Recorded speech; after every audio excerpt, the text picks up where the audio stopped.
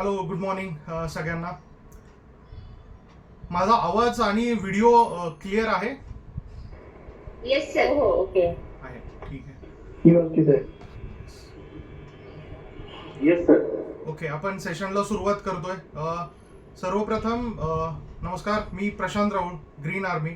आपण गेली 12-1 वर्ष पर्यावरणामध्ये काम करतोय आणि पर्यावरणामधले जे काही पंचमहाभूतं असतात त्यांच्यावरती स्पेसिफिकली काम करतोय. पृथ्वी तत्व असेल, जलतत्व असेल, वायू असेल, अग्नी असेल, आकाश असेल, ह्या महाभूतांवरती किंवा पंचतत्वांवरती आपण काम करतोय आणि त्यालाच अनुसरून आपला हा पर्यावरण दिवस देखील आहे. पहिल्यांदा तर सगळ्यांना खरं तर सध्याची पर्यावरणाची परिस्थिती बघितता शुभेच्छा देण्यासारखी परिस्थिती नक्कीच नाहीये, पण तरी देखील आपण एक औपचारिकता पूर्ण करूया. सगळ्यांना ह्या जागतिक पर्यावरण दिनाच्या शुभेच्छा. थोडंसं बॅकग्राऊंड सांगेन की दरवर्षीप्रमाणे म्हणजे 1972ला युनायटेड नेशन्समध्ये जागतिक पर्यावरण दिनानिमित्तचं एक रेझोल्युशन पास केलं गेलं आणि त्याच्यानंतरनं जागतिक पर्यावरण दिन साजरा करायला गेलं. जवळपास 52-1 वर्ष झालं हे सगळं सुरू आहे आणि पहिला जो पर्यावरण दिन होता तो 5 जून 1973ला साजरा केला गेला आणि त्याच्यानंतरनं दरवर्षी एक वेगवेगळ्या ज्या कंट्रीज असतात किंवा वेगवेगळे जे काही देश असतात ते त्याचं होस्टिंग करतात. ठीक आहे. सगळ्यांना थोडीशी विनंती, आपले कॅमेरेज ऑफ करा म्हणजे आपल्याला एक चांगला बँडविड्थ भेटेल. ठीक आहे. दुसरी गोष्ट तर प्रत्येक वर्षी ह्याची एक थीम असते. जसं की या वर्षीचं जर होस्टिंग नेशन बघितलं तर ते रिपब्लिक ऑफ कोरिया आहे. ठीक आहे. आणि त्याच्यानंतरनं भारताने 2018 मध्ये त्याचं होस्टिंग केलं होतं वर्ल्ड एन्व्हायरमेंट डेचं आणि या वर्षीची थीम देखील आणि भारताने जेव्हा होस्ट केलं होतं त्यावेळेसची थीम देखील सेमच आहे, एंड ऑफ प्लास्टिक पोल्युशन. तर त्यामुळे ह्या जागतिक पर्यावरण दिनाचं औचित्य साधून आपण प्रयत्न करूया की कमीत कमी प्लास्टिकचा वापर करून आपण प्लास्टिकचं प्रदूषण संपूर्ण थांबूया. ठीक आहे. आणि आपण ज्या काही टर्मिनॉलॉजीज ऐकतो, काय ग्लोबल वॉर्मिंग काय असतं, त्याच्यामुळे खूप काही महाप्रलय येणार आहे किंवा काय येणार आहे, ह्या बाबतचा हा आजचा खरं तर एक सेशन आहे आणि नक्की त्याचा आणि आपल्या एनर्जीचा किंवा आपण जी ऊर्जा वापरतो त्याचा काय संबंध आहे हे बघण्यासाठीचा हा एक छोटासा प्रयत्न आहे. ठीक आहे. आपलं प्रेझेंटेशन असणार एक 45 मिनिट्सचं. ठीक आहे. आणि त्याच्यानंतरनं आपण क्वेश्चन आन्सर सेशन्सला हे करूया. मी माझी स्क्रीन शेअर करतो आता.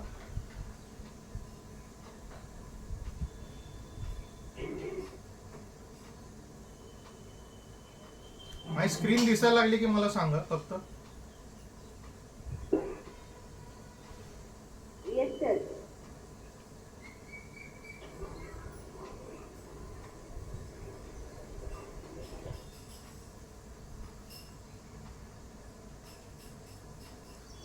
ठीक आहे. स्क्रीन दिसते माझी? Yes sir. येस. सर्वप्रथम तर सगळ्यांचं ह्या एनर्जी लिटरसी ट्रेनिंगमध्ये सगळ्यांचं स्वागत आहे. आणि एनर्जी लिटरसी नेमकं काय असतं त्याचं आपण म्हणू शकतो की त्याचा इम्पॉर्टन्स काय, आणि असं म्हणलं जातं की ही एक फर्स्ट स्टेप आहे जे काही क्लायमेट चेंज होतात ते मिटिगेट करण्यासाठी. ठीक आहे. तर हे आहेत प्रोफेसर चेतन सिंग सोलंकी, जे एनर्जी स्वराज फाउंडेशनचे फाउंडर मेंबर आहेत. हे सर स्वतः IIT मुंबईमध्ये प्रोफेसर होते. त्यांनी 11 वर्षाची भारत यात्रा सुरू केली आहे फक्त एनर्जी लिटरसीसाठी. ह्या व्यक्तींनी आपला IIT मुंबईचा जॉब सोडून हे स्वतः ह्यांची PhD इन सोलार सिस्टीम्स आहे, ह्यांना सोलार गांधी देखील म्हणलं जातं, आणि हे भारतभर फिरतात आहेत ह्याच्या अवेअरनेससाठी. आणि आपण एनर्जी स्वराज बरोबर काम करतोय. त्यांचं जे काही एनर्जी लिटरसीचं जे ट्रेनिंग आहे त्याला जास्त पब्लिकेशन आणि लोकांपर्यंत पोहोचवण्याचा प्रयत्न करतोय. तर सगळ्यात पहिल्यांदा आपल्याला एक गोष्ट तर मानावी लागेल. ह्याच्यामध्ये तुम्हाला 2 ग्राफ्स दिसत असतील की आपला GDP, ग्रॉस डोमेस्टिक प्रॉडक्ट वाढत चाललाय, पण त्याचबरोबर पर्यावरणाचं जर नेचर बघितलं तर त्याचा ग्राफ खाली, म्हणजे आपल्याला पर्यावरणाचं नुकसान होत चालले. आणि त्याचबरोबर GDP वाढत असताना आपली स्माईल देखील कमी होत चालली आहे. आपल्यामध्ये थोडंसं काय म्हणू शकतो की आपल्या सॅटिस्फॅक्शन किंवा हॅपीनेस इंडेक्स जर भारताचा बघितला तोही घसरत चाललाय. हे माझ्या मते सगळ्यांना मान्य असेल. पुढच्या स्लाइडला जाऊया. आपले राष्ट्रपिता महात्मा गांधींनी 2 कोट्स हे केले ते जे मला इथे सांगावेसे वाटतात. ते म्हणजे पहिलं, the earth provides enough to satisfy every man's need. प्रत्येकाच्या गरजेसाठी ह्या पृथ्वीवरती सगळं आहे, पण कुणाच्या ग्रीड किंवा आपण ज्याला हव्यास म्हणतो त्याच्यासाठी काही नाहीये. हे गांधीजींचं एक पहिलं वाक्य. आणि दुसरं आहे की तुम्हाला जर एखादा बदल बघायचा असेल तर तो पहिल्यांदा स्वतःमध्ये. You must be the change you wish to see in this world. तुम्हाला, आपण नेहमी म्हणतो अरे असं झालं पाहिजे, ते तसं झालं पाहिजे, तर सुरुवात ही स्वतःपासून केली पाहिजे. ह्या नोटवरती ह्या प्रेझेंटेशनची सुरुवात करतोय. ह्या आपण प्रेझेंटेशनमध्ये काय बघणार आहे तर क्लायमेट चेंज म्हणजे काय आहे, ठीक आहे, ग्लोबल वॉर्मिंग म्हणजे काय आहे, नेमकं काय होतंय, ग्रीन हाऊस गॅसेस बहुतेक बऱ्याच जणांना माहीत असतील तरी पण आपण एक ओव्हरलुक घेणार आहे. त्यातल्या काही ग्रीन हाऊस गॅसेस, फॉसिल फ्युएलचं युसेज कसा वाढत चाललाय, CO2 इमिशनचा ट्रेंड आपल्याकडे काय आहे, पृथ्वीचं ॲव्हरेज अर्थ टेम्परेचर किती आहे, पॅरिसचं एक एग्रीमेंट झालं होतं 2015 मध्ये ते काय सांगतं, त्याच्यानंतर ना आयपीसीसीचा फुल फॉर्म काय किंवा त्यांचं नेमकं काय रोल आहे, ठीक आहे. त्याच्यानंतर क्लायमेट क्लॉक, एक क्लायमेट क्लॉक आहे, त्या क्लायमेट क्लॉकचा काय अर्थ आहे, कसं त्याला वाचायचं, ठीक आहे. त्याच्यानंतर ना एनर्जी लिटरसी म्हणजे नेमकं काय. आणि ह्या पॅरिस एग्रीमेंट जे झालं होतं त्याच्यामध्येच एक सेशन किंवा एक हे होतं की त्याच्यामध्ये 17 शाश्वत विकास ध्येय ज्याला आपण सस्टेनेबल डेव्हलपमेंट गोल्स म्हणतो, ठीक आहे, ते डिसाईड झाले होते. ते काय आहेत. आणि सगळ्यात शेवटी म्हणजे आपण ॲज अ ह्युमन बिईंग ह्याच्यामध्ये काय करू शकतो. तर ह्याच्यामध्ये एक तुम्हाला मी जाताना AMG रूल पण देणार आहे. आणि तो AMG रूल जर पाळला नाही तर एक बॉलिवूडचा मूवी आला होता OMG, ओ माय गॉड, असं काहीतरी म्हणायला लागेल. त्याच्यासाठी आपल्याला हा AMG रूल फॉलो करायचा आहे. पुढे जाण्याच्या आधी माझा व्हॉइस एकदम क्लिअर आहे, काही प्रॉब्लेम नाही. एकदम व्यवस्थित ऐकायला येते सर. हो, आपण सेशनला सुरुवात करूया. आता आपण बघूया नेमकं क्लायमेट चेंज म्हणजे आहे काय, त्याचं डेफिनेशन आहे, ठीक आहे. Climate change refers to long term shifts in temperature and weather patterns. आपण आत्ता देखील अनुभवतोय आपला मान्सून हा लवकर आलाय, तर हेच क्लायमेट चेंज आहे जे आता आपण अनुभवतोय. आणि थोडक्यात एक युट्यूबची एक क्लिप आहे जी तुम्हाला आता मी इथे दाखवतोय. खूप काही मोठी नाहीये, ती पण दिसत असेल तर मला सांगा फक्त. माझी स्क्रीन दिसतीये ना? हो सर. युट्यूबचा व्हिडिओ दिसतोय? हो सर, हो दिसतोय.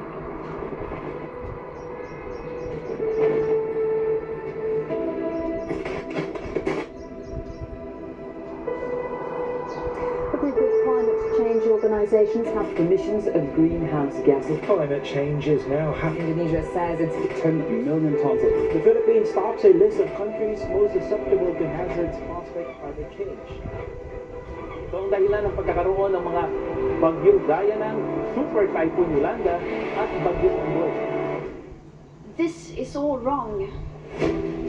You all come to us young people for hope. How dare you?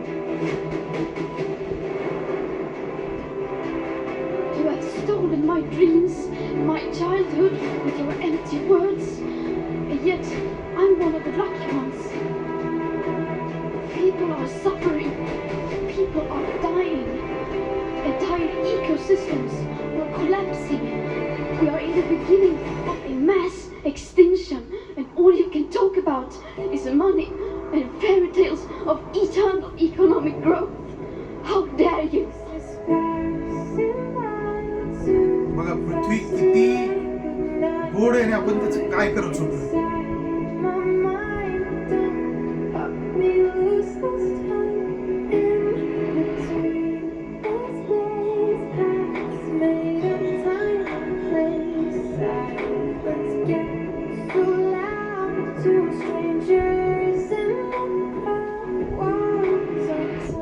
There will not be any solutions or plans presented in line with these figures here today, because these numbers are too uncomfortable and you are still not mature enough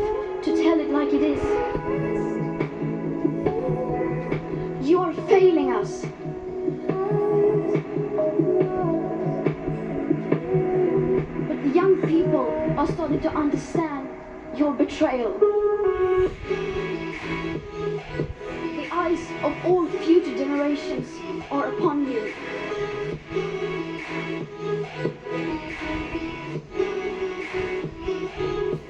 हे आपल्याला असं सगळं बघायची वेळ येणार आहे. त्याच्यासाठी And if you आपल्याला choose to fail us, अजूनही आपल्या क्लायमेट क्लॉक मध्ये I कळेल किती वेळ say आहे. we will never forgive you.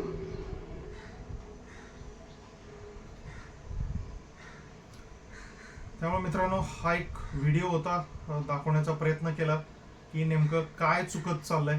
ठीक आहे, परत स्क्रीन आली माझी. Yes yes sir.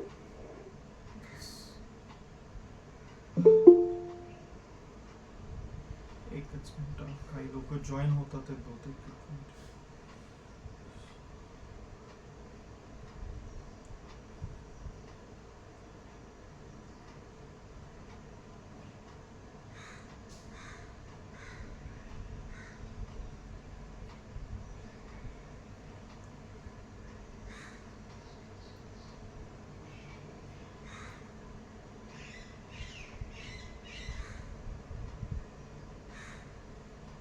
तर हे आपण बघितलं तर ग्रीन हाऊस जे गॅसेस आहेत, ठीक आहे, आपण बघू शकतो. आपण बघितलं आता क्लायमेट चेंज म्हणजे काय आणि त्याला कारणीभूत काय काय आहे. तर एक पहिला जे ग्रीन हाऊस इफेक्ट जो होतोय, ज्या ग्रीन हाऊस गॅसेस आपण इमिट करतोय ते नेमकं काय तेही बघूया. दुसरं तर डिफॉरेस्टेशन, जे काही प्रत्येक मिनिटाला आपण जंगलाच्या जंगल तोडत चाललोय ते त्याला कारणीभूत आहे. ब्रीडिंग म्हणजे जी काही आपली माणसांची संख्या वाढते, प्राण्यांची संख्या वाढते सगळे, आणि ह्युमन ऍक्टिव्हिटीज म्हणजे आपण श्वास घेतो त्याच्यामधून देखील कार्बन डायऑक्साईड, पण हे नॅचरल कॉन्ट्रीब्युटर्स आहेत. ठीक आहे, पण ग्रीन हाऊस गॅसेस इमिट करणं, जंगल तोडणं, हे सगळं आपण आपल्या हाताने सगळं करतोय. आता आपण हे सगळे इव्हेंट्स आपण एक्सपिरियन्स करतोय का बघा. म्हणजे आता तुम्हाला जर स्क्रीनवरती दिसत असेल की सायक्लॉन्स येतात, हे सगळे भारतातले इव्हेंट्स आहेत. ठीक आहे, कशा पद्धतीनं सायक्लॉन्स आलेत, कशा पद्धतीनं पूर यायला लागलेत भारतामध्ये, नॉर्थ इंडियामध्ये, साऊथ इंडियामध्ये, महाराष्ट्रामध्ये. ठीक आहे, हे सगळं आपण एक्सपिरियन्स करतो. हीट वेव्स यावर्षी देखील खूप जास्त प्रमाणामध्ये पुण्यासारख्या शहरामध्ये 42-43 डिग्री, जे 37-38 डिग्री टेम्परेचर असायचं मॅक्झिमम, ते वाढत चाललंय. सगळीकडे एक्स्ट्रीम हीट वेव्स येत चालल्या आहेत. त्याचबरोबर फॉरेस्ट फायर, जंगलांना आगी लागत चालल्यात आणि हे सगळं आपण एक्सपिरियन्स करतोय. ठीक आहे, समुद्राच्या पातळी वाढत चालल्यात. म्हणजे तुम्हाला जर ह्या स्क्रीनमध्ये किंवा ह्याच्यात दिसत असेल तर भारताच्या देखील 5 शहरांना आता हे पाण्याखाली जाण्याच्या, वॉटर मर्ज होण्याच्या स्थितीमध्ये चाललेत. त्याच्यामध्ये मुंबई एक आहे, सुरत आहे गुजरात मधलं, आणि इतर बाकीचे शहरं. पण जगाच्या पातळीवर इंडोनेशिया सारखी कंट्री आहे, त्याची जकार्ता नावाची जी राजधानी आहे ती देखील आता शिफ्ट व्हायला सुरुवात झाली आहे. ते हे तर सांगते की वाय जकार्ता इज सिंकिंग. हे सगळं ग्लोबल वॉर्मिंगमुळे होत आहे. ठीक आहे, आता तुम्हाला काय वाटतं हे सगळं बघितल्यानंतर क्लायमेट चेंज होतोय का अजून व्हायचं राहिलाय काय? म्हणजे आपण म्हणतो की क्लायमेट चेंज होणार आहे, हे सगळे इव्हेंट्स बघितल्यानंतर ना तुम्हाला काय वाटतंय की अजूनही क्लायमेट चेंज व्हायचं राहिलाय की क्लायमेट चेंज ऑलरेडी झालाय? काय वाटतं? पटकन उत्तर द्या. झालंय ऑलरेडी. येस, तर ह्याचं सिम्पलच उत्तर आहे, क्लायमेट हॅज ऑलरेडी चेंज्ड. आपण पुढच्या भविष्यासाठी नाही, आत्ता देखील बघतो तर हा क्लायमेट चेंज झालाय. आणि आता नेमकं ग्लोबल वॉर्मिंग म्हणजे काय? तर global warming is usually a rapid increase earth average temperature over a past century, primarily due to the greenhouse gases released as man burn fossil fuels. Fossil fuels म्हणजे थोडक्यात आपलं जीवाश्म इंधन. आपण जे पेट्रोल, डिझेल, LPG, CNG सगळे जे जाळतोय हे सगळे फॉसिल फ्युल्स आहेत. आणि हे सगळं केल्यामुळे ग्रीन हाऊस गॅसेस होतात आणि त्याच्यामुळे ग्लोबल वॉर्मिंग. ही ग्लोबल वॉर्मिंगची थोडक्यात एक व्याख्या आहे. ठीक आहे, आता ग्रीन हाऊस गॅसेस मध्ये अनेक आहेत, पण हे त्यातले 3 मेन आहेत. ठीक आहे, मिथेन आहे जो आपल्या प्राण्यांच्या, आपल्या विष्ठेमधनं पण निघतो. ठीक आहे, नायट्रोस ऑक्साईड आहे, पण सगळ्यात मेजर जो आहे तो आहे कार्बन डायऑक्साईड. आता कार्बन डायऑक्साईड नेमका कसा वाढत चाललाय आपल्याला ह्याच्यामध्ये खूप जास्त डिटेलमध्ये नाही जायचंय, हे सगळे 2-3 ग्राफ्स आहेत ह्याच्यानंतर, पण हे एक आयडिया आपल्याला काय देतं की आपला रिन्युएबल एनर्जीचा ग्रीन पार्ट जो दिसतोय हे आपली रिन्युएबल एनर्जीज आहेत. अपारंपरिक ऊर्जा स्त्रोत म्हणजे काय, तर सोलार असेल, विंड एनर्जीज असेल, बायोगॅस असेल, हे सगळं आहे.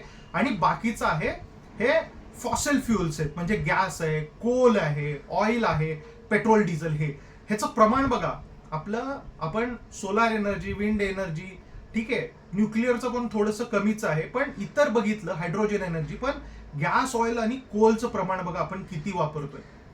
आणि ह्याचा इफेक्ट काय होतोय, तर CO2 इमिशन वाढतंय, कार्बन डायऑक्साईडचं प्रमाण वाढतंय. आणि जसं 1850ला इंडस्ट्रियलायझेशन वाढायला लागलं त्याच्यानंतरनं हा ग्रोथ बघा.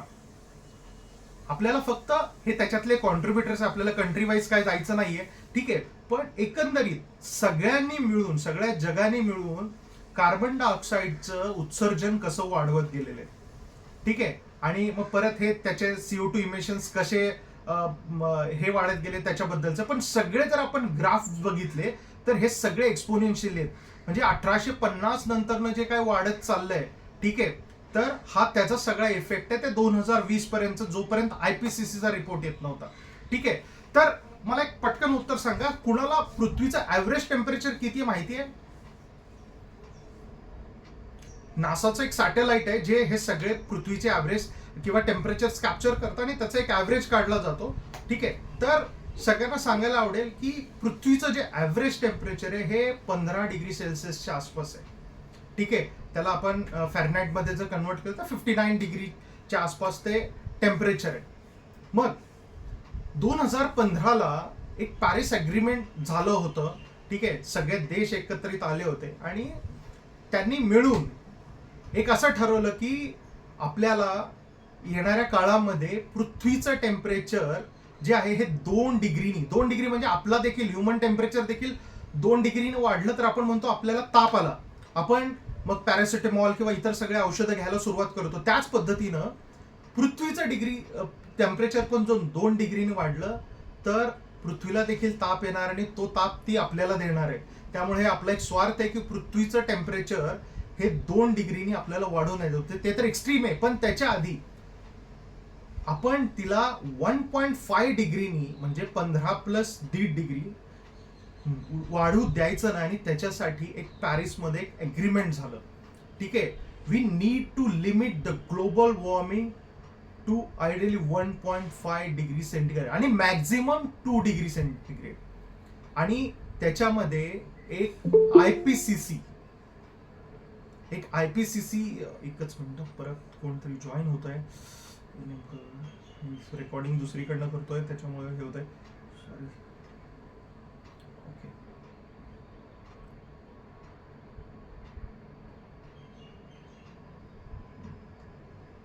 ठीक आहे. तर 1.5 डिग्रीनी आपल्याला हे टेम्परेचर सगळं कंट्रोल करायचंय, ठीक आहे. तर त्याच्यासाठी हे IPCC, तर IPCCचा फुल फॉर्म काय, it is a inter governmental panel for climate change. आणि त्यांनी 2020ला एक जो रिपोर्ट दिला त्याच्यानी सगळ्या जगाचे डोळे उघडले आणि त्यांनी काय काय सांगितलं, नेमकं काय काय होणार आहे हे आपल्याला ह्याच्यामध्ये सगळं बघायचंय, ठीक आहे. त्याचबरोबर हा एक क्लायमेट क्लॉक आहे. आता तुम्हाला जर हा समोर दिसत असेल, ठीक आहे, हे मी त्याचे काही पिक्चर्स काढून ठेवलेत, ठीक आहे. आणि क्लायमेट क्लॉक नेमका काय आहे, तर climate clock is a graphical demonstrate how quickly the planet approaching towards 1.5 degree global warming given in the current emission trend.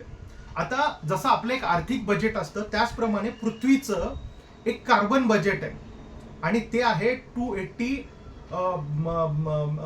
Billion टन्समध्ये, ठीक आहे. आणि आपण दरवर्षी अंदाजे 40 ते 45 बिलियन टन इतकं कार्बन डायऑक्साईड इमिट करतो, ठीक आहे.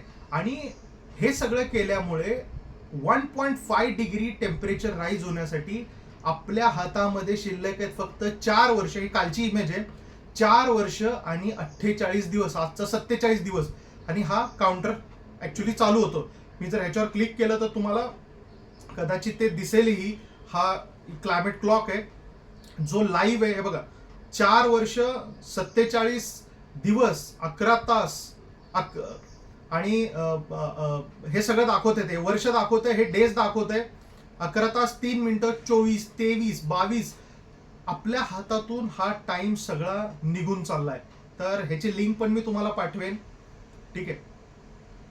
तर हे क्लायमेट क्लॉक दाखवतं की आपल्या हातामध्ये किती वेळ शिल्लक आहे. आणि 22 जुलै, येती 22 जुलैला आपल्याकडे म्हणजे बरोबर 47 दिवसानंतरनं आपल्याकडे फक्त आणि फक्त 4 वर्ष शिल्लक असणार आहेत, जर आपल्याला ही पृथ्वी वाचवायचे.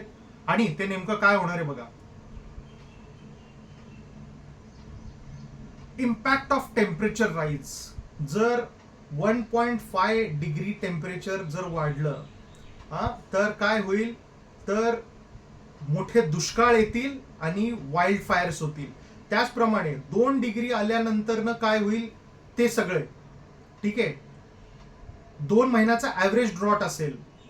2 डिग्री वाढलं तर 4 महिन्याचा ऍव्हरेज ड्रॉट असेल वर्षभरात. 3 डिग्री वाढलं तर 10 महिन्याचा दुष्काळ असेल. आणि 4 डिग्री नंतरनं तर मोर फ्रिक्वेंट अँड एक्स्ट्रीम ड्रॉट्स असतील, दुष्काळ असेल. ठीक आहे.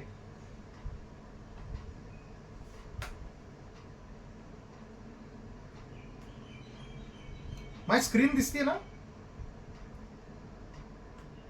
Yes sir. येस. आता आपण पहिल्यांदा बघितलं इम्पॅक्ट ऑन ड्रॉट्स आणि वाईल्ड फायर्स. सेकंड थिंग आहे 1.5 डिग्री झाल्यानंतर ना इम्पॅक्ट ऑन फूड. तुमचे व्हीट, राईस, मेज, सोयाबीन. म्हणजे आपल्या आता हे थोडंसं ग्लोबली हे आहे, पण थोडक्यामध्ये 1.5 डिग्री झाल्यानंतर ना आपलं जे यील्ड आहे, आपले जे शेतीतलं उत्पन्न आहे, हे सगळं कमी होत जाणार आहे. ठीक आहे. 2 डिग्रीला तर हे रॅपिडली कमी होणार आहे सगळं. ठीक आहे. काही 3 डिग्रीला तर काही धान्य उगवायचेच बंद होतील. आणि 4 डिग्रीला तर आपल्याकडे काही खायला सुद्धा नसणार आहे. तसंच इम्पॅक्ट ऑन कोस्ट. हे बघा, 1.5 डिग्रीला 48 सेंटीमीटरनी समुद्राची पातळी जगभरात वाढणार आहे. 2 डिग्रीला 56 सेंटीमीटरनी आणि पुढे हे सगळं 7 मीटर. 3 डिग्रीला विचार करा, 7 मीटर जर समुद्राची पातळी वाढली तर किती शहरं पाण्याखाली जातील. हे सगळं आपली जी पॅरिस अग्रीमेंट नंतरनं जी IPCC ची कमिटी बसली होती त्यांनी हे सगळं केलंय. आता इम्पॅक्ट ऑन नेचर. जे समुद्री जीव ज्याच्यावरती सगळं हे आहे, किंवा आपला जो ऑक्सिजन जो समुद्री फायकेटॉन्स पासून, समुद्री शेवाळ्यापासून येतो, त्याला त्या इकोसिस्टीम मधलं सगळ्यात इम्पॉर्टंट म्हणजे ह्या कोरल रीफ्स आहेत. ह्या कोरल रीफ्स 70 ते 90% ह्या कमी होतील. आणि हे त्याच्यानंतरनं 2 डिग्रीला 3 डिग्रीला हे सगळं होईल. मग विचार करा, हा सगळा जर एवढा इम्पॅक्ट आपल्यावरती पडणार आहे तर आपण ह्याच्याबाबत जागृत झालं पाहिजे. ठीक आहे. आता आपण नक्की बघूया की नेमकं Y has the climate change. आपण हे सगळं बघितलं, आपण हे चेंज होणार आहे, 1.5 डिग्रीला असं होणार आहे. पण हे काय होतंय, तर आपण प्रत्येक जण पेट्रोल, डिझेल, इलेक्ट्रिसिटी किंवा कपडे, सिमेंट, सगळं कन्स्ट्रक्शन चालू आहेत. ठीक आहे. आणि हे आपण सगळं हे करताना ह्याच्यामधनं कार्बन उत्सर्जन तयार होतं. आणि हे कार्बन उत्सर्जन पृथ्वीच्या बाहेर जात नाही. ठीक आहे. हे पृथ्वीचं टेम्परेचर वाढवायला चालू करतं आणि त्याच्यामुळे ह्या सगळ्या गोष्टी झाल्यात. आता ह्याच्यामध्ये जर आपल्याला करेक्टिव्ह ऍक्शन्स जर काही घ्यायचे असतील, ठीक आहे, तर आपण नेमकं ह्याच्यामध्ये काय केलं पाहिजे, तर आपल्याला पृथ्वीचं जे टेम्परेचर आहे ते 1.5 डिग्रीनी आपल्याला ह्याच्यामध्ये कंट्रोल करायचं आहे. ठीक आहे. व्हॉट कॅन इंडिव्हिज्युअल डू, तर आपण तेही बघूया. थोडंसं हे इंग्लिशमधलं प्रेझेंटेशन आहे. ठीक आहे. पण नेमकं एनर्जी लिटरसीमध्ये आपल्याला जे आपण ट्रेनिंग आहे ते ट्रेनिंग करणार आहोत, ते नेमकं काय असणार आहे, तर एनर्जीचा वापर आपण कसा केला पाहिजे. ठीक आहे. आपण 80% जी एनर्जी आपण कोल, गॅस, पेट्रोल, डिझेल हे करतोय, तर आपल्याला थोडंसं याच्यामध्ये रिन्युएबल एनर्जीजकडे आपल्याला जायला लागणार आहे. ठीक आहे. हे एनर्जी लिटरसी परत तेच सांगते. आपण SDG गोल्स बद्दल पण बघणार आहोत. ठीक आहे. तरी energy literacy includes understanding of energy generation, its consumption and use आणि मिसयूज. मेन तर की आपण शिक्षित तर आहोत, आपण सगळे एज्युकेटेड आहोत, पण एनर्जीचा वापर नेमका कसा करायचा हे आपण कुठेतरी बघितलं पाहिजे. एक मिनिट, परत कोणीतरी ऍड होत आहे.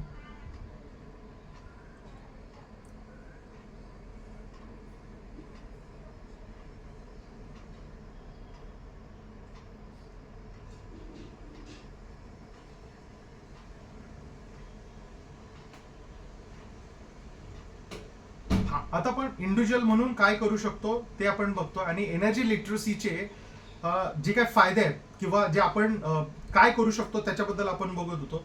ठीक आहे, तर आपल्याला एनर्जी नेमकं कशी वापरायची, त्याचा यूज आणि मिसयूज अंडरस्टँड करून घ्यायचा, आणि हे ट्रेनिंग केल्यानंतरनं इंडिव्हिज्युअल माणसाला कळेल की नेमकं SDG काय आहेत, ठीक आहे, आपला रोल काय आहे त्याच्यामध्ये, आपण नेमकं काय चुका करतोय, हे सगळं आपल्याला ह्याच्यामध्ये कळत जाणार आहे. ह्या पॅरिस ॲग्रीमेंट जे झालं होतं त्याच्यामध्ये अजून एक गोष्ट होती, ती म्हणजे त्याच्यामधनं 17 सस्टेनेबल गोल्स हे डिफाईन केले गेले होते. त्याच्यामध्ये पहिला कुठला म्हणजे सस्टेनेबिलिटी किंवा सस्टेनेबल गोल्स ह्याला 3 ह्याच्यामध्ये डिवाइड केले गेलेले. पहिलं तर एन्व्हायरमेंटचे काही गोल्स आहेत, दुसरं सोशल ग्रोथ म्हणजे आपण जे काही समाज म्हणून हे होतो त्याला देखील त्यांनी ग्रो कसं करायचं किंवा त्याचं देखील डेव्हलपमेंट कसं झालं पाहिजे, आणि त्याचबरोबर आपल्याला इकॉनॉमिक ग्रोथ देखील पाहिजे. आपण पैशाशिवाय राहू शकत नाही, तर त्यामुळे इकॉनॉमिक ग्रोथ. तर हे आपण मी थोडक्यात वाचतो फक्त. पहिलं आहे नो पॉवर्टी, कुणी जगात गरीब नसलं पाहिजे. दुसरं झिरो हंगर, कुणीही उपाशी राहिलं नाही पाहिजे. तिसरं गुड हेल्थ अँड वेलबिंग, सगळे लोक स्वस्थ आणि सुदृढ असले पाहिजे. हा परत सामाजिक विकास आहे. क्वालिटी एज्युकेशन, हे परत सामाजिक विकासाचा प्रश्न आहे. त्याच्यानंतर ना जेंडर इक्वेलिटी, महिला किंवा पुरुष हे अशी जेंडर इक्वॅलिटी पाहिजे, त्याच्यामध्ये कुठे इनइक्वॅलिटी नकोय, हा परत एक सामाजिक मुद्दा आहे. पर्यावरणाचा 6वा मुद्दा आहे तो म्हणजे क्लीन वॉटर आणि सॅनिटायझेशन, म्हणजे स्वच्छता आणि स्वच्छ पाणी मिळणं गरजेचं आहे. 7वं आहे म्हणजे अफोर्डेबल अँड क्लीन एनर्जी. आत्ता जी आपण एनर्जी वापरतोय ती आपण कोळसा जाळून करतोय, तशी नकोय, आपल्याला क्लीन पाहिजे. क्लीन इन द सेन्स आपण जे मगाशी बघत होतो, ठीक आहे, की विंड एनर्जी असेल, सोलार एनर्जी असेल, न्यूक्लिअरची एनर्जी असेल किंवा हायड्रोजन असेल, ठीक आहे, आता बायोगॅसचं आहे. 8वं म्हणजे decent work and economic growth, हा बघा हा इकॉनॉमिक ग्रोथचा विषय आहे. ठीक आहे. 9वं इंडस्ट्रियलायझेशन, इनोव्हेशन अँड इन्फ्रास्ट्रक्चर, हा परत इकॉनॉमिक ग्रोथचा, इंडस्ट्रियलायझेशनचा ग्रोथचा आहे. म्हणजे जे सस्टेनेबल गोल्स आहेत, आपल्याला विकास, सामाजिक विकास आणि पर्यावरण हे सगळं जपत जायचंय. त्याच्यानंतर 10वा जो आहे रिड्यूस इनइक्वॅलिटीज, म्हणजे कुणी गरीब आहे, कुणी श्रीमंत आहे, कुठले देश डेव्हलप कंट्रीज, हे सगळं नको आहे त्याच्यामध्ये. 11 सस्टेनेबल सिटीज अँड कंट्रीज. आता सस्टेनेबल म्हणजे काय, तर ह्या सगळ्या कंट्रीज किंवा हे सगळं डेव्हलप होत असताना आपल्याला सस्टेनेबल म्हणजे शाश्वत विकास हवाय, आणि ते करत असताना आपल्याला एक सस्टेनेबल कम्युनिटी सुद्धा डेव्हलप करता आली पाहिजे. ठीक आहे. 12वा आहे ते रिस्पॉन्सिबल कन्झ्युम्शन अँड प्रोडक्शन. आपल्याला जे कन्झ्युम्शन्स आहेत, म्हणजे आपण जे काही गोष्टी, पेट्रोल असेल, डिझेल असेल किंवा इतर सगळ्या गोष्टी असतील, त्याचं आपल्याला एक रिस्पॉन्सिबल पर्सन म्हणून त्याचं कन्झ्युम्शन करायचं, आणि एखादी गोष्ट प्रोडक्शन करताना देखील आपल्याला एक अगदी जबाबदारीने हे करायचंय. त्याच्यानंतर ना क्लायमेट ऍक्शन, 13 नंबरचं जे आहे ते क्लायमेट ऍक्शन आहे. ठीक आहे. तर आपण जे काही आजचं ट्रेनिंग करतो हा देखील एक क्लायमेट ऍक्शनचा भाग आहे. ठीक आहे. 13वं.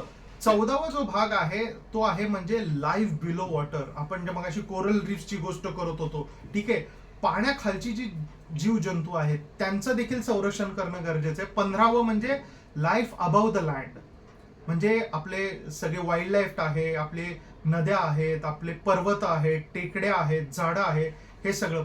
आणि 16वं सांगतं peace, justice and strong institutions. आपल्याला सगळीकडे शांतता, आता जे काय सगळं युद्धाचं वारं आणि सगळं चाललंय, हे सगळं पर्यावरणाच्या आणि मानवाच्या विनाशाकडे सगळं जाणार आहे.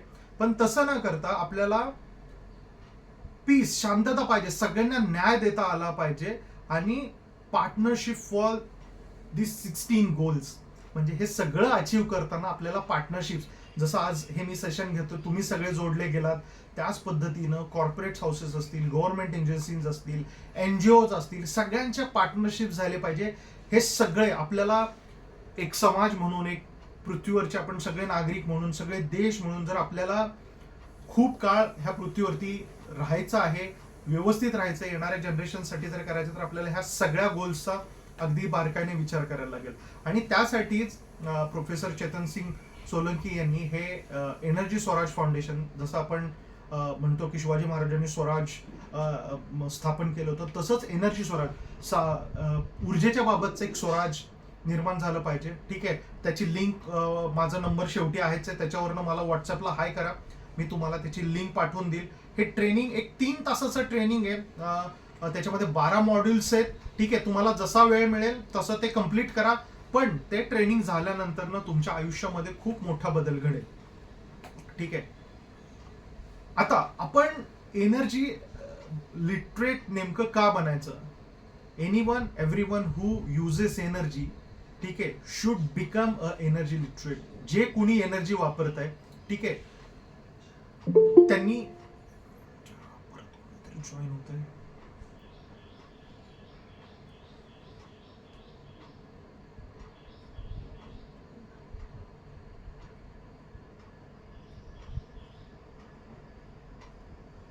तर जे कोणी एनर्जी वापरत आहे त्यांनी प्रत्येकाने हे ट्रेनिंग करणं अगदी गरजेचं आहे. ठीक आहे, आता हे ट्रेनिंग केल्यानंतर ना ह्याचं नेमकं बेनिफिट आपल्याला काय भेटणार आहे? तर आपल्याला हे कळेल की आपण नेमकं एनर्जी किती वापरतोय, एनर्जी ही कुठून येते. ठीक आहे, आपलं आत्ता देखील मी कुणाला विचारले की तुमचं कार्बन फुटप्रिंट किती, आपल्याला ते सांगता येणार नाही 100%, कारण हे आपल्या सिलेबसचं किंवा हे कधी आपल्याला कुणी शिकवलं नाही. त्यामुळं आपली कार्बन फुटप्रिंट किती आपल्याला माहित नाही. तर ते हे ट्रेनिंग केल्यानंतर ना आपल्याला ते कळणार आहे. आता ह्या एनर्जी किंवा ह्या सगळ्याचा इम्पॅक्ट एन्व्हायरमेंटवरती काय तोही देखील आपण बघितला. हे ट्रेनिंग केल्यानंतर ना आपल्याला अजून त्याच्यामध्ये जास्त माहिती होईल नेमकं हे काय आहे. त्याच्यानंतर ना आपल्याला हे कळेल की ठीक आहे, आपण हे चूक करतोय, आपल्याकडे ऑल्टरनेटिव्ह काय काय आपल्याला ह्याच्यामध्ये अवेलेबल आहेत. ठीक आहे, आणि हे सगळं करण्यासाठी काय अप्रोच केला पाहिजे, हे सगळं ह्या 3 तासाच्या ट्रेनिंग जर तुम्ही केलं, ठीक आहे, आयुष्यभरामध्ये आपण IPLच्या मॅचेस बघतो, आपण पिक्चर बघतो, आपण इतर गोष्टींमध्ये करतो. येणाऱ्या पिढीसाठी, आपल्या मुलांसाठी जर आपल्याला 3 तास देता आले तर त्याच्यापेक्षा दुसरी चांगली गोष्ट नाही. आणि हे एनर्जी लिटरसी ट्रेनिंग झाल्यानंतर ना विचार करा, डॉक्टर चेतन सिंग सोलंकी हे IIT बॉम्बेचं प्रोफेसर असलेलाचा जॉब सोडून ते 11 वर्ष भारत भ्रमणवरती निघालेत. त्यांना देखील फॅमिली आहे, 2 मुली आहेत, आई वडील आहेत, सगळं सोडून त्याला आपण 3 तास नक्की ह्या ट्रेनिंगसाठी काढूया. ठीक आहे, आता आपण थोडंसं वेळेची कमी आहे त्यामुळे आपण थोडंसं फास्ट जातोय. आपला कार्बन फुटप्रिंट जर बघितला तर नेमकं आपण किती कार्बन हे करतो. मगाशी जसं मी सांगितलं की पृथ्वीचं 1.5 डिग्री सेंटीग्रेड टेम्परेचर वाढण्यासाठी जे टोटल बजेट आहे ते आहे 80 बिलियन टन्सचं. ठीक आहे, तर त्याच्यातलं आपण किती कॉन्ट्रीब्युशन करतो. जर तुम्ही 1 युनिट इलेक्ट्रिसिटी जर खर्च केली तर तुम्ही 1 kg ऑफ कार्बन डायऑक्साईड, ठीक आहे, हे सगळं रिसर्च झालेलं तुम्हाला हे गुगलवरती पण भेटेल. हे आपण ट्रेनिंग मधनं काही एक्स्ट्रॅक्ट बाहेर काढलेत. ठीक आहे, 1 लिटर पेट्रोल किंवा डिझेल जर खर्च केलं तर आपण 2 ते 3 किलो कार्बन डायऑक्साईड हवेमध्ये उत्सर्जित करतो. आणि 1 किलो LPG जर केलं तर आपण 3 kg कार्बन डायऑक्साईड हवेमध्ये सोडतो. ठीक आहे, आता तुम्ही म्हणाल ठीक आहे, आपण कार्बन उत्सर्जित केलं, हे सगळं केलं, ह्याच्यामध्ये नेमकं होणार आहे. तर this training makes insure of energy sensitive user. तुम्हाला ती एनर्जी वापरण्या तुम्हाला कळेल, अरे नाही, मी आज 1 जर युनिट वाचवलं तर माझे जवळपास 1 kg कार्बन डायऑक्साईड वाचणार आहे. मी जर आज 1 किलो LPG वाचवला की आठवड्यामध्ये तर माझे 3 किलो. तर अशा पद्धतीनं आपल्याला एक एनर्जी सेन्सिटिव्ह युजर्स किंवा सिटीजन्स क्रिएट करता येतील. ठीक आहे, आता आपण ह्याच्यामध्ये नेमकं काय करू शकतो. जसं मी तुम्हाला सांगितलं की मी तुम्हाला एक रूल देणार आहे आणि तो रूल काय आहे तर AMG. आपल्याला जेवढी एनर्जी वापरायचं अवॉइड करता येईल. उदाहरणार्थ तुम्ही लिफ्ट वापरू नका. ठीक आहे, तुम्हाला समजा एखाद्या ठिकाणी जायचंय तर तुम्हाला तिथे जाताना जर वाटलं की नाही मी 4 व्हीलरच्या ऐवजी मी 2 व्हीलर घेऊन जाऊ शकतो, तुम्ही डेफिनेटली घेऊन जाऊ शकता. जर तुम्हाला म्हणजे त्या पद्धतीनं तुम्ही एनर्जी वाचू शकता. आणि त्यामुळं आपल्याला जो एनर्जी वाचवायची ती 1/3 एनर्जी वापरायची. ठीक आहे, दुसरं आपल्याला 1/3 एनर्जी ही मिनिमाइज करायची. म्हणजे तुम्ही जे वापर करत असणार, तुम्ही जर घरामध्ये 4 तास रोजचे जर 3 युनिट 4 युनिट वापरत असाल तर ते तुम्हाला 1/3 कमी कसे करता येईल. तुमचा महिन्याचा जो पेट्रोल डिझेलचा जो एक्सपेन्स आहे किंवा जे कन्झ्युम्शन आहे ते 1/3 कसं करता येईल. ठीक आहे, किंवा तुम्ही कुठे कुठे एनर्जीची बचत करू शकता हे सगळं तुम्हाला बघायचंय. त्या ट्रेनिंगमध्ये ते देखील सगळं सांगितलं जातं. आणि 1/3 जर तुम्हाला जनरेट करता आलं, ठीक आहे, म्हणजे सोलार एनर्जी असू दे, विंड एनर्जी असू दे, किंवा माझ्या घरामध्ये देखील तुम्हाला पुढे सांगेन की माझ्या घरामध्ये देखील एक बायोगॅस युनिट आहे, ठीक आहे. माझ्या घराच्या ओल्या कचऱ्यापासून मला रोज 40 मिनिटाचा स्वयंपाकाचा गॅस मिळतो. तर मी माझी एनर्जी स्वतः जनरेट करायला सुरुवात केली. मला जो काय LPG किंवा CNG जो घरामध्ये लागायचा पाईपलाईनचा गॅसचा, तर तो सगळा आहे. आपण नेमकं काय करू शकतो हे बघा.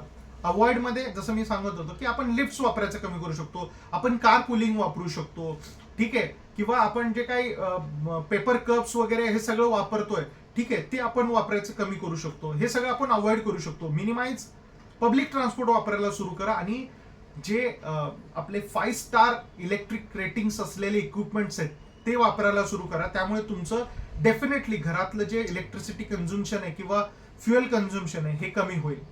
त्याचबरोबर हे आहे तुम्ही जनरेट कसं करू शकता. जसं मी माझ्याशी सांगत होतो, आपल्याकडे सोलार एनर्जी आहे, विंड एनर्जी आहेत, आणि हा जो मध्ये युनिट दिसतोय हा वायूचा युनिट आहे जो मी माझ्या घरामध्ये देखील बसवलाय आणि मी माझी एनर्जी जनरेट करतोय घरामधून. आता मी एका कॉमन बिल्डिंग मध्ये राहतो त्यामुळे सोलार सिस्टीम मला इथे बसवता येत नाहीये, सगळ्यांचं अप्रुव्हल आणि सगळं असतं. पण एक सोसायटी म्हणून, एक तुमचा इंडिव्हिज्युअल बंगलो असेल तर डेफिनेटली आम्ही काही घरं, काही बंगले असे हे केलेले आहेत की ज्याच्यामध्ये ते एनर्जीसाठी सेल्फ सफिशियंट झालेले, त्यांना MECB कडनं कुठलंही लाईट बिल घेण्याची गरज नाहीये.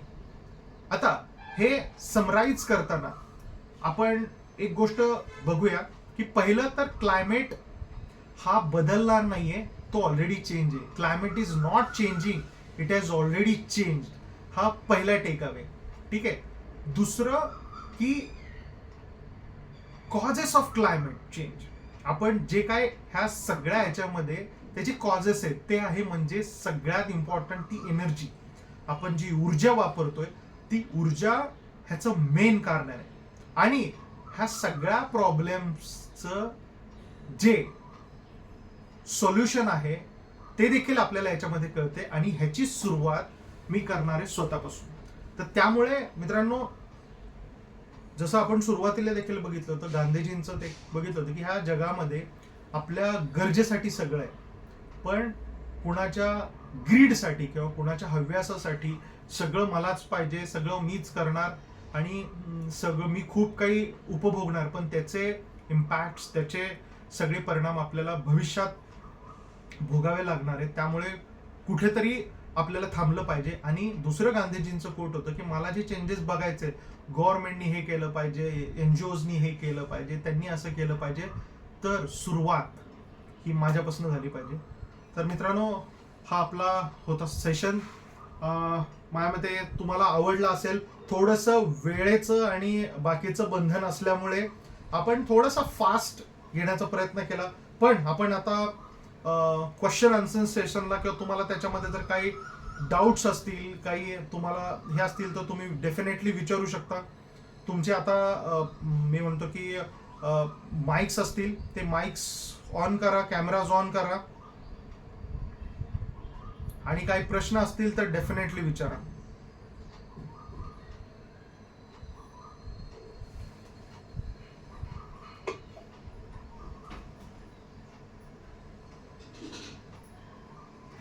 कुणाचे काही प्रश्न आहेत?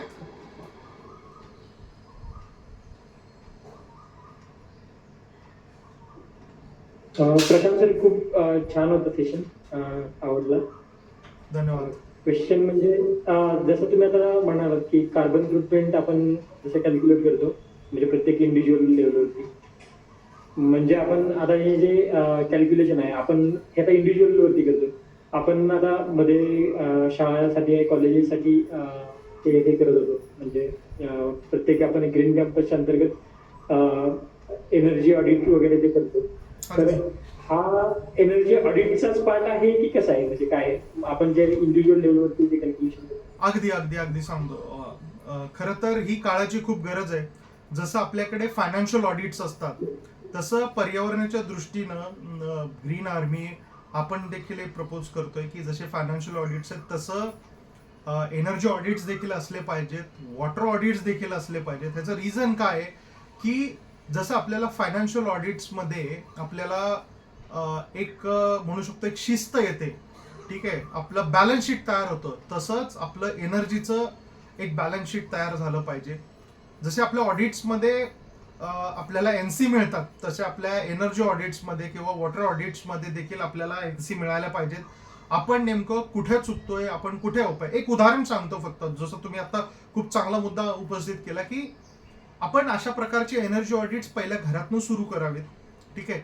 आपण ऍक्च्युली आता तो आपल्या बरोबर नाही आहे, एक राकेश मलिक नावाचा आपला एक कलिग होता, तो गेल्या वर्षी आपल्यातून निघून गेला, पण तो स्वतः MBA एनर्जी लिटरेट होता, एनर्जी मॅनेजमेंट त्यांनी केलं होतं. आणि असे जर कुणी ह्या ग्रुपमधल्या देखील किंवा हे सेशन बघणाऱ्या पैकी देखील कुणी जर ह्याच्यामध्ये प्रोफेशनली काम करायला इच्छुक असेल तरी देखील करू शकतं. घरामध्ये देखील एनर्जी ऑडिट्स, म्हणजे समजा घरामध्ये 150 युनिट लाईट बिल येते, तर मला कुणीतरी येऊन सांगितलं पाहिजे की नाही, तुमच्या घरामध्ये हे इक्विपमेंट जास्त इलेक्ट्रिसिटी कंझ्युम करते.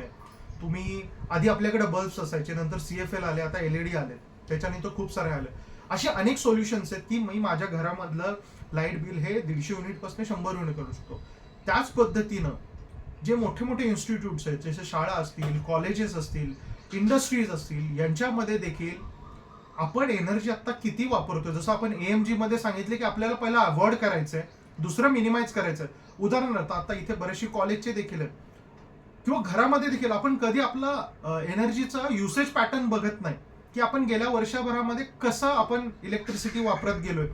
उन्हाळ्यामध्ये किती वापरतोय, पावसाळ्यामध्ये किती वापरतोय, हिवाळ्यामध्ये किती वापरतोय, आणि आपल्याकडे इक्विपमेंट्स किती, आपल्याकडे खरंच गरज आहे का इक्विपमेंटची.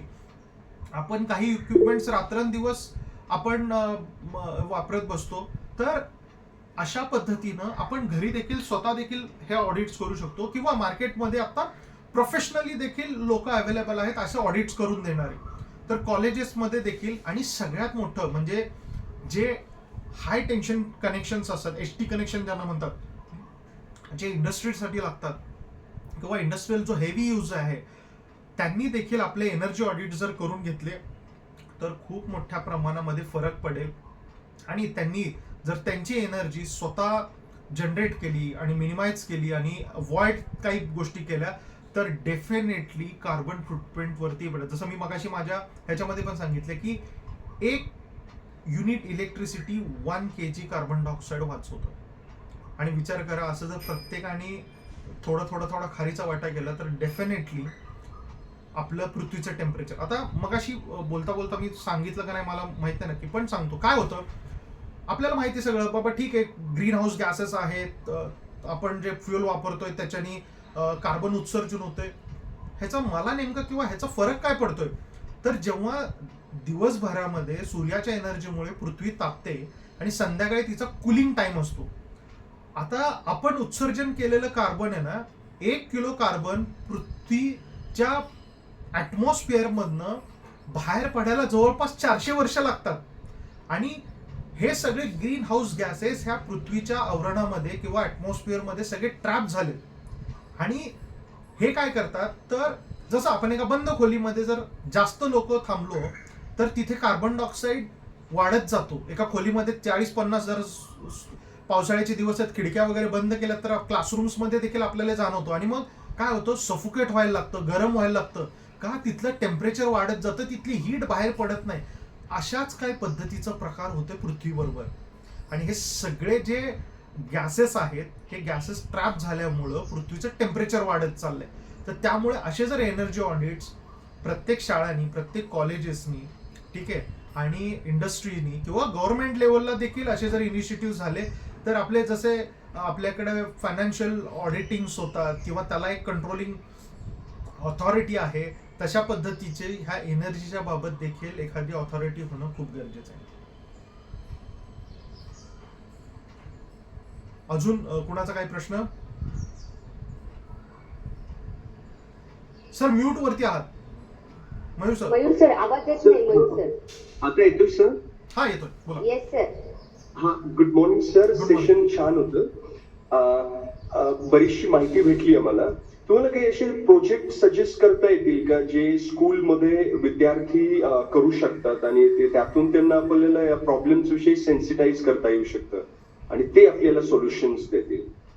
डेफिनेटली सर, डेफिनेटली असं करता येईल. ठीक आहे. उलट आमचा तर प्रयत्न असतो, म्हणजे आपण आता ग्रीन आर्मीच्या मदतीनं आपण शाळा कॉलेजेसलाच कनेक्ट का करतोय, म्हणजे not only school students but professional जर ह्याला थोडंसं करायचं असेल तर आपण engineering colleges, medical colleges, law colleges, त्याच्यानंतरनं मॅनेजमेंट कॉलेजेस ह्यांना अप्रोच करतो एवढ्यासाठी की ह्याच्यामध्ये जे सोल्युशन्स आहेत हे जी नवीन येणारी पिढी आहे हे सगळं त्यांच्यासाठी चालू आहे.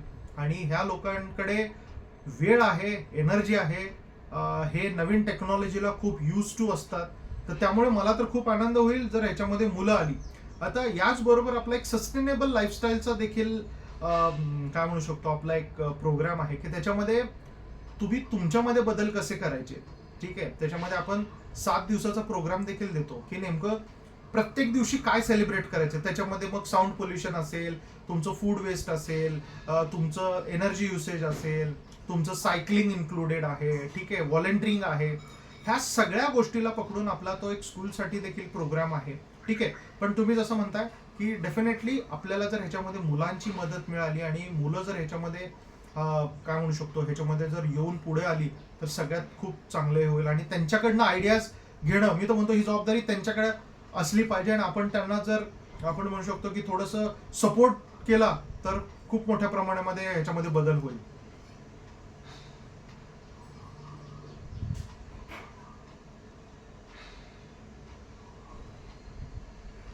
सर म्यूट आहे. माईक म्यूट आहे.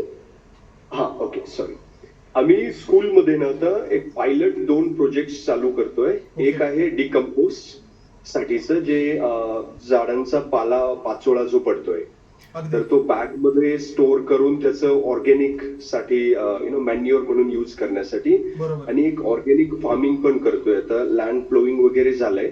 ओके. तर तिथे आम्ही विद्यार्थ्यांना एंगेज करणार आहोत आणि ऑर्गॅनिकली ग्रो करण्यासाठी जे काही लागतंय ते विद्यार्थी त्यांचे जे बुक्सच्या कॉन्सेप्ट आहेत त्या इम्प्लिमेंट करतील.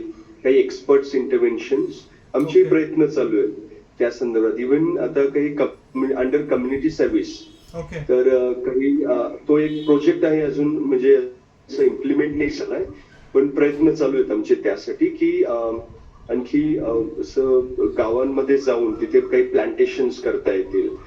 विद्यार्थ्यांचं ते माझं झाड आहे त्याला पाणी देणं, वर्षभर त्याची काळजी घेणं, अगदी. असं महिन्यातून तिकडे व्हिजिट्स देणे, असे पायलट्स प्रोजेक्ट त्या संदर्भात. आणि आमची इयरली थीम आहे सस्टेनेबिलिटी इन लाईफस्टाईल.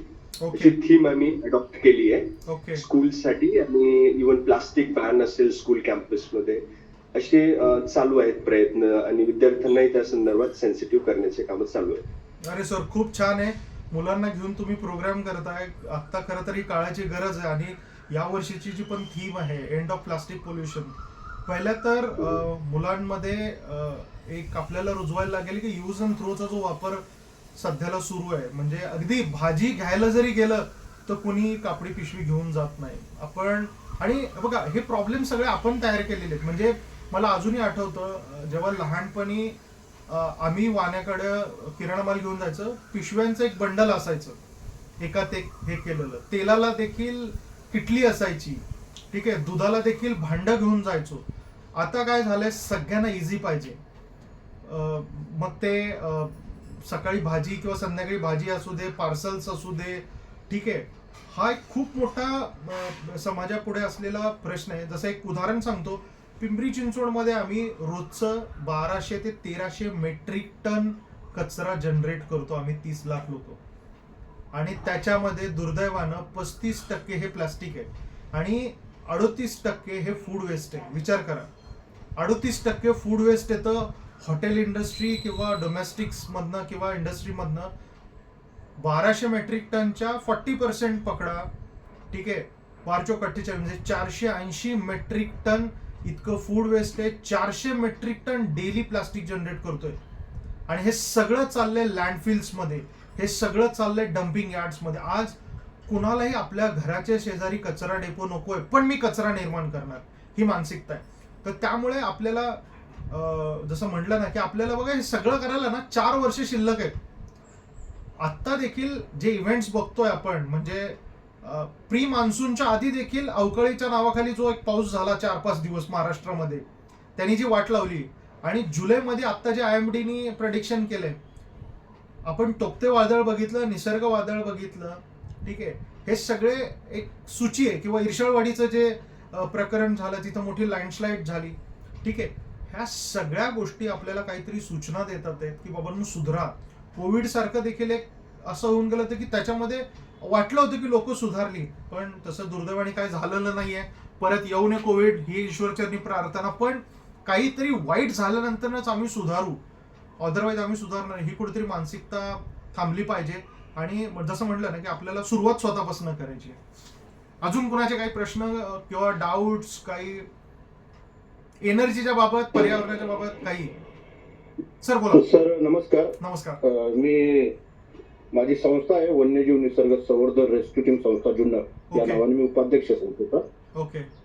आमच्या इकडे निसर्ग तर भरपूर आहे आणि नक्की. आम्ही जे निसर्गाच्या माध्यमातून जेवढं चांगलं काम करता येईल. आता तुम्हाला सांगू का, आम्ही आता झाडं स्वतः बिये गोळा केली, स्वतः उगवली, स्वतः झाडं तयार केली, स्वतः लावणार आहे. अरे वा. शिवनेरी किल्ला आहे, नाणेघाट आहे, परत हरिश्चंद्रगड, इथे आमची टीम दरवर्षी जाते कचरा उचलायला. बरोबर आहे. हो. आणि आपत्ती सेवेचं सुद्धा ट्रेनिंग झालेलं आहे. जे बॉड्या पडलेल्या असतात हो. किंवा एखादी घसरून ते बॉडी काढण्याचं सुद्धा काम आम्ही करतोय. अरे वा, छान. हो. आमची सर आता 52 जणांची टीम आहे तालुक्यात. क्या बात आहे. हो. पण आपल्याला जी आमची जी संस्था काम करते, आम्ही महाराष्ट्रभर पांगवणार आहे. जी संस्था आहे ना, महाराष्ट्रभर पांगवणार. आता आंबेगाव तालुका घेतला आम्ही, जुन्नर तालुका, भीमाशंकरचं सुद्धा ते आम्ही बोललेलो आहे सरांना, जे डिसेस साहेब आहे त्यांना बोललेलो आहे. जो कचरा आहे फक्त एकदा काम द्या, काम बघा, नंतर काम द्या. आम्हाला पैशाची वगैरे काही गरज नाहीये, फक्त आम्हाला एक गाडी द्या, माणसं आमची आहेत. नाही, मला त्याच्यातनं सांगायला आवडेल की भीमाशंकर किंवा आता मी म्हटलं ना की गव्हर्नमेंट पॉलिसीज आपल्याला ज्या बनतात आहेत, जसं की नवीन महाबळेश्वरचा प्रोजेक्ट येतोय सातारा पाटण ह्याच्यामध्ये, ठीक आहे. त्याच्यामध्ये इको सेन्सिटिव्ह जी गावं आहेत किंवा जी कोयनाच्या पाठीमागचे जी टायगर रिझर्व सगळं इको सेन्सिटिव्ह गाव आहेत, त्याच्यामध्ये हे सगळे प्रोजेक्ट्स येतात आहेत. मला असं वाटतं की तुम्ही आता ज्या भागात आहात, जुन्नर किंवा भीमाशंकरचा जो भाग आहे, त्या भागामध्ये देखील खूप निसर्गाने भरभरून दिलेलं आहे. त्याचं नैसर्गिक महत्व आणि मूल्य जपायचा प्रयत्न तुम्ही करताच आहे, ठीक आहे. डेव्हलपमेंट बघा, म्हणून ह्या आपल्या प्रेझेंटेशन मध्ये आपण आहे ना 17 सस्टेनेबल गोल्स एवढ्यासाठी ठेवले. आपल्याला इकॉनॉमिक ग्रोथ देखील पाहिजे, पण पर्यावरणाचा ऱ्हास करू नको. तर त्यामुळे ती पण थोडीशी काळजी तुमच्या भागात देखील घ्या. आम्ही पिंपरी चिंचवडमध्ये किंवा महाराष्ट्रामध्ये जिथे कुठे सगळी लोक असतील त्यांनी पण हे अशा प्रकारची काळजी घेण्याचा प्रयत्न करा. अजून कोणाचा काही प्रश्न?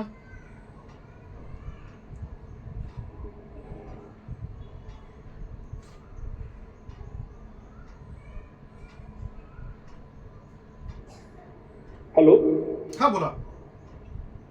सर, ती जे लिंक होती ना, ती स्लाइड परत एकदा दाखवा ना प्लीज.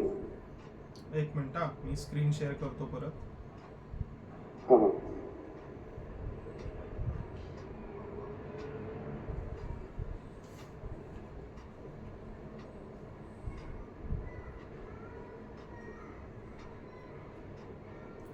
कोणती म्हणताय सांगा मला. हा ही पण आज कॉन्टॅक्टची जी आहे ती अधिक अजून एक जी ग्रीन एनर्जीची वेबसाईट होती बघा ही. हा हा हा हा करेक्ट.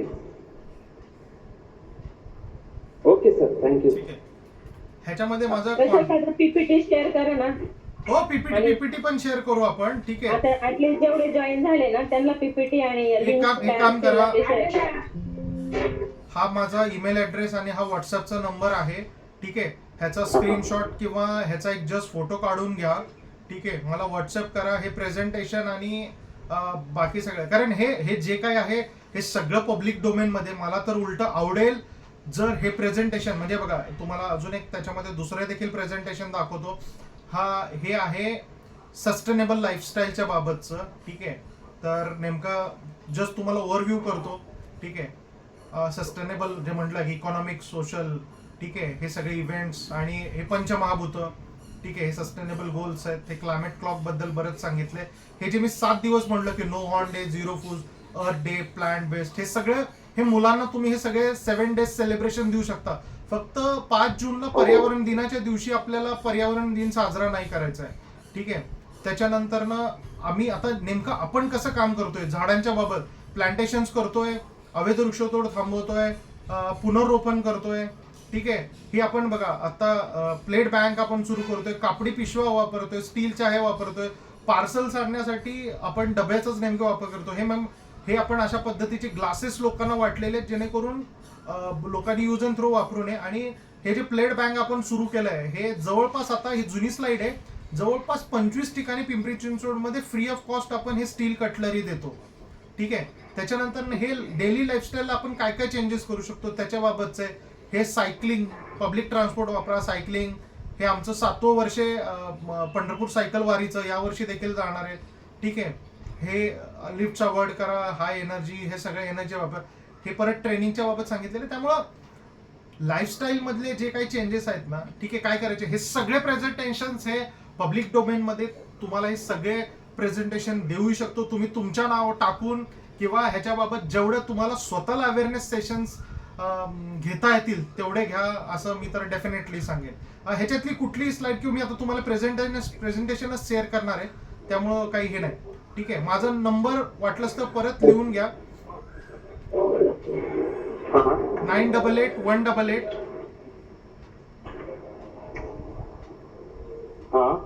0029.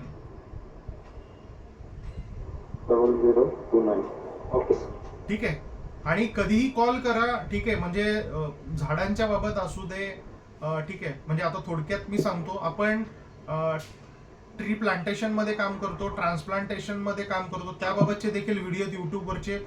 तुम्हाला देखील कुठे वृक्ष पुनर्रोपण करायचं असेल तर तुम्ही तेही करू शकता.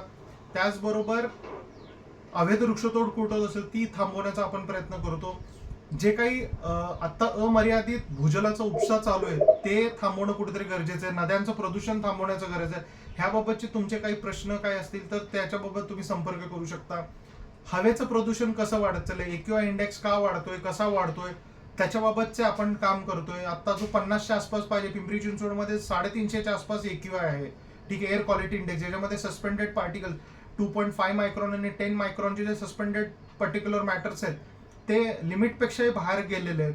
ठीक आहे. त्याच्यानंतर ना आपण जसं मी मगाशी सांगितलं की रिन्युएबल एनर्जीजकडे आपल्याला लोकांना हे करायचं. आणि मेन जो आता सरांनी देखील एक मुद्दा हे केला की आपल्याला येणाऱ्या पिढीसाठी आपल्याला नवीन लोकांपर्यंत किंवा विद्यार्थ्यांपर्यंत, म्हणजे मगाशी मी सांगताना ते राहिलं की मेडिकल स्टुडंट काय, तर ह्या सगळ्या गोष्टींचा मानवी आरोग्यावरती काय परिणाम होते. आपण नदी प्रदूषित झालं, दूषित पाणी पिलं किंवा केमिकल सगळं लोडेड पाणी पिलं, आपल्या शरीरावरती काय परिणाम आहेत, हवेचा इंडेक्स खराब झाला त्याचे काय परिणाम आहेत आपल्यावरती, हे कळलं पाहिजे.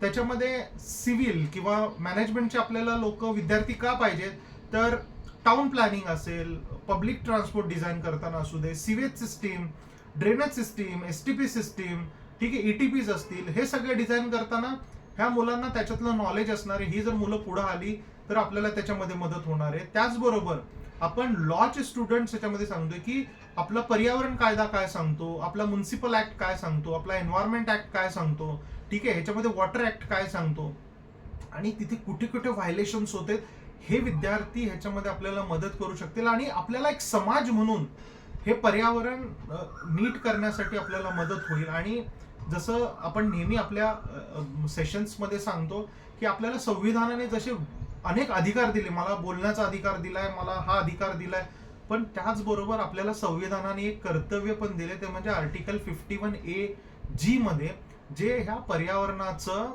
आपल्याला संरक्षण आणि जतन करण्याचं आपल्याला ह्याच्यामध्ये कर्तव्य दिले, ते कर्तव्य आपल्याला पार पाडायचे. त्यामुळं पर्यावरणाचा कुठलाही विषय असू दे, ठीक आहे, अनेक बाबतीत आपल्याला हायकोर्टांमध्ये सुद्धा जायला लागलंय, NGT मध्ये जायला लागलंय, महाराष्ट्र पोल्युशन कंट्रोल बोर्डला आपण अप्रोच करू शकतो. त्यामुळे तुमच्या इथे देखील कचऱ्याच्या समस्या असू दे, झाडांच्या बाबत काय असू दे, ठीक आहे, आपल्याबरोबर अनेक तज्ज्ञ मंडळी देखील आहेत की तुम्हाला वृक्षारोपणामध्ये किंवा तुम्हाला ह्या सगळ्या वेस्ट मॅनेजमेंटमध्ये, जसं आता सरांनी सांगितलं कंपोस्टिंग्समध्ये, मी जवळपास 100+ सोसायट्यांमध्ये कंपोस्टिंगचे लेक्चर्स आणि इम्प्लिमेंटेशन आपण केलेले. तर त्यामुळं तुम्हाला अशा पद्धतीची कुठं जरी मदत लागली तर डेफिनेटली नंबरवरती कॉन्टॅक्ट करा. माझं फेसबुकचं प्रशांत राऊळनी आणि ग्रीन आर्मीनी देखील पेज आहे. इंस्टाग्रामवर देखील प्रशांत राऊळ नावाने आहे आणि बाकीच्या सगळ्या यूट्यूबवरती आहे. व्हिडिओज देखील आहेत, मी ते शेअर पण करेल. जस्ट तुम्ही व्हॉट्सअपवरती हाय करा, आपण कॉन्टॅक्टमध्ये राहूया.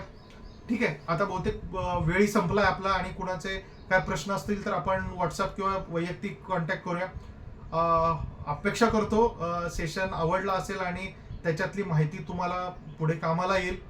सगळेजण जॉईन झाले आणि ऐकून घेतलं आणि पण एक प्रॉमिस करायला लागेल की इथून पुढे तुम्ही ह्याच्यामध्ये स्वतःमध्ये बदल कराल आणि आपल्या येणाऱ्या जनरेशनसाठी ह्याच्यामध्ये काहीतरी चांगलं करून जाण्याचा आपण सगळ्यांनी मिळून प्रयत्न करूया.